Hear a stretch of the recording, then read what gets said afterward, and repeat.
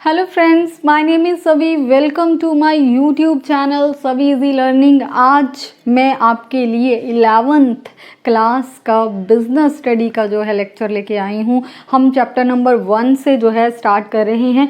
तो यहाँ पे ये जो है, पहले मैंने बिजनेस स्टडी से रिलेटेड 11th की कोई वीडियोस नहीं बनाई थी, लेकिन बहुत सारे बच्चों की ये डिमांड थी कि उनको रिवीजन के टाइम पे, सेल्फ स्टडी के टाइम पे दिक्कत आती है, बिकॉज अभी क्लास में तो वो हमसे फेस टू फेस हो नहीं सकते हैं। तो इस वजह से उन्होंने बोला है कि कृपया आप ट्यूशन्स, बट ट्यूशन्स का जो है यहाँ पे ज़रूरत नहीं है। जब मैं आपको ये वीडियोस बना के भेज रही हूँ तो ये मैंने ट्यूशन्स का सब्स्टिट्यूट जो है आपके लिए फ्री ऑफ कॉस्ट जो है रखा है। तो आप यहाँ पे जाके जो है बिज़नेस स्टडीज़ को लर्न कर सकते हैं। 1 बाय 1 मैं सभी आपके लिए वीडियोस अभी लेके आऊँगी। सो इसीलिए जब भी मैं आपके सब्जेक्ट से रिलेटेड कोई भी वीडियो डालूँ तो उसका नोटिफिकेशन आपको आ जाए। कृपया आप मेरे चैनल को सब्सक्राइब कर लें और बेल आइकॉन पे जो है क्लिक कर दें, ताकि जब भी कोई मैं वीडियो डालूं आपको कोई दिक्कत ना आए रिवीजन के लिए, और वहाँ पे जाके आप देख लें।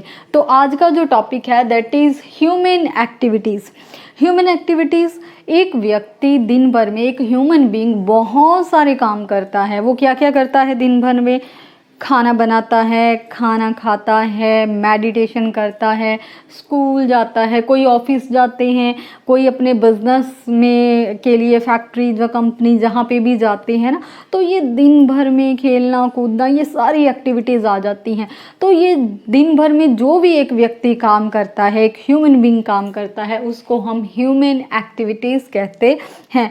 अब इन ह्यूमन एक्टिविटीज़ को हमने 2 भागों में बांट दिया है। पहला है इकोनॉमिक एक्टिविटीज़, सेकंड वन है नॉन इकोनॉमिक एक्टिविटीज़। पहले इकोनॉमिक एक्टिविटीज़ के बारे में डिस्कस करते हैं।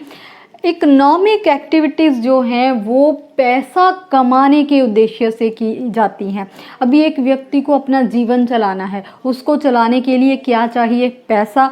तो वो पैसा अर्न करने के लिए एक व्यक्ति, एक पर्सन जो भी एक्टिविटीज़ परफॉर्म करेगा, उन एक्टिविटीज़ को हम इकोनॉमिक एक्टिविटीज़ कहते हैं। वो इसके लिए कोई प्रोडक्शन कर सकता है ना, और या फिर कोई भी प्रोडक्ट है ख़रीद के आगे बेच सकता है, कोई सर्विसेज प्रोवाइड कर सकता है, या फिर जैसे कोई एज अ लॉयर या एज अ डॉक्टर प्रैक्टिस कर रहा है। तो ये सारी की सारी एक्टिविटीज़ जो हैं ये इकोनॉमिक एक्टिविटीज़ हैं। ये सभी ये जो काम कर रहे हैं व्यक्ति, ये पैसा कमाने के लिए ही कर रहे हैं। यहाँ पे मेन मोटिव जो है वो पैसा कमाना ही रहता है, ताकि उनकी ज़िंदगी है, जो डेली की ज़रूरतें हैं, जो वो पूरी होती रहें। यहाँ इकोनॉमिक एक्टिविटीज़ को फर्दर हम 3 पार्ट्स में डिवाइड कर सकते हैं। सबसे पहली है बिजनेस। बिजनेस क्या है? वैसे तो ये बिजनेस, प्रोफेशन या एम्प्लॉयमेंट, इनके लिए मैं अलग से आपके लिए वीडियो लेके आऊँगी। आप मेरे यूट्यूब चैनल पे जो है देख सकते हैं इनको, लेकिन थोड़ा थोड़ा इनकी इंट्रो डिस्कस कर लेते हैं। ये होते क्या हैं? बिजनेस का मतलब क्या है?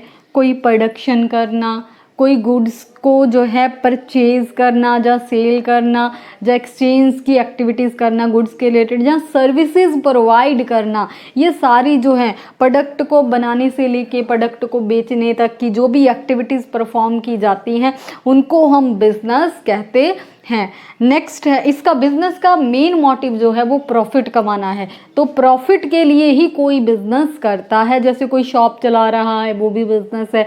कोई फैक्ट्री जो है उसमें प्रोडक्शन कर रहा है, वो भी बिजनेस है ना।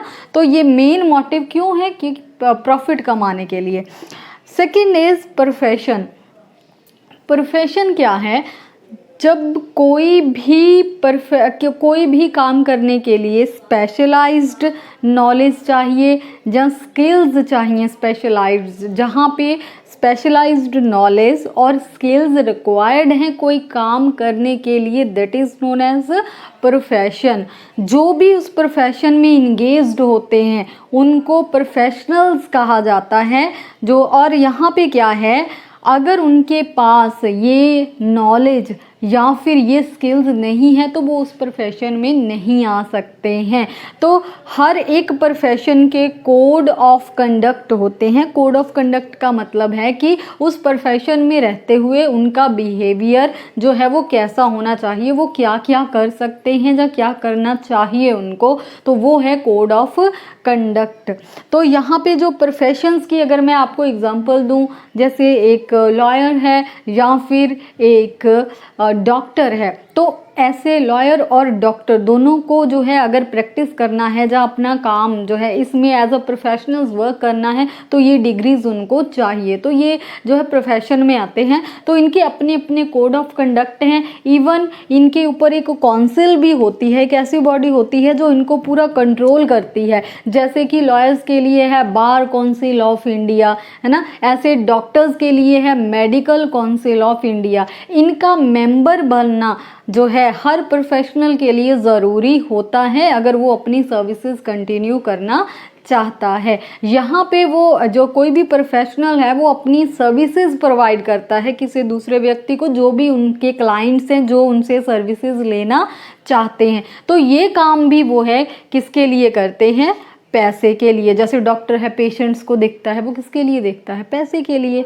है ना। ऐसे ही लॉयर है किसी का केस हैंडल करता है, वो किसके लिए करता है, पैसे के लिए। तो वो अपनी अपनी सर्विसेज अपने क्लाइंट्स को प्रोवाइड करते हैं। उसके बाद नेक्स्ट है एम्प्लॉयमेंट। एम्प्लॉयमेंट क्या है, एक व्यक्ति जब रेगुलरली किसी दूसरे पर्सन के अंडर काम करता है, किसी दूसरे पर्सन के लिए काम करता है, जिसके बदले में उसको जो है रेम्यूनरेशन पैसा मिलता है, जिसको आप कहते हैं सैलरीज या फिर वेजेस। तो जो व्यक्ति दूसरे के लिए काम कर रहा है उसको हम कहते हैं एम्प्लॉई। और जो व्यक्ति के अंडर रह के वो काम कर रहा है, जो ऑनर है ना, जिसके अंडर एक व्यक्ति काम कर रहा है, जिसके लिए काम किया जा रहा है, उस व्यक्ति को हम कहते हैं एम्प्लॉयर। यहाँ पे जो एम्प्लॉयमेंट है ये एम्प्लॉई और एम्प्लॉयर दोनों के बीच में एक एग्रीमेंट है, एक कॉन्ट्रैक्ट है, जिसमें वो दोनों एक जॉब के डिस्क्रिप्शन के ऊपर डिसाइड करते हैं कि वो क्या क्या जॉब्स या क्या क्या रिस्पॉन्सिबिलिटीज़ उस व्यक्ति की रहेंगी और किस सैलरी पे और कौन कौन से रूल एंड रेगुलेशंस के ऊपर वो वहाँ पे काम करेगा। तो मेन जो है एम्प्लॉय क्यों एम्प्लॉयर के लिए काम कर रहा है, दैट इज़ पैसा, पैसे के लिए।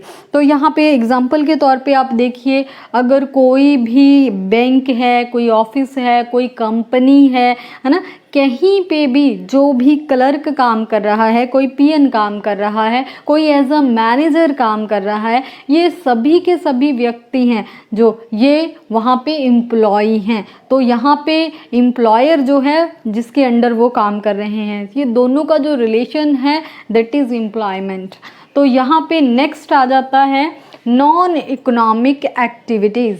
नॉन इकोनॉमिक एक्टिविटीज़ क्या हैं, जो पैसे के लिए बिल्कुल भी नहीं की जाती हैं। पैसे से रिलेटेड एक्टिविटीज़ तो इधर आ गई, लेकिन जो पैसे से रिलेटेड नहीं है, तो व्यक्ति अगर पैसे के लिए नहीं करेगा तो किसके लिए करेगा कोई काम, वो अपनी संतुष्टि के लिए, साइकोलॉजिकल सेटिस्फैक्शन के लिए, मतलब वो अपनी आत्मा की संतुष्टि के लिए, मेंटल पीस के लिए, है ना। तो ये एक्टिविटीज़ को परफॉर्म करता है, जैसे कि किसी व्यक्ति का मेडिटेशन करना, है ना, या फिर योगा करना। तो या इसकी अगर और भी एग्जांपल्स लें, यहाँ पे देख लिए family oriented activities. Family oriented activities मतलब कोई घर पे खाना बना रहा है, जहाँ कोई फैमिली के साथ जो है खेल रहा है, तो ये सारी एक्टिविटीज़ क्या हैं, आपकी नॉन इकोनॉमिक एक्टिविटीज़। आगे है रिलीजियस एक्टिविटीज़।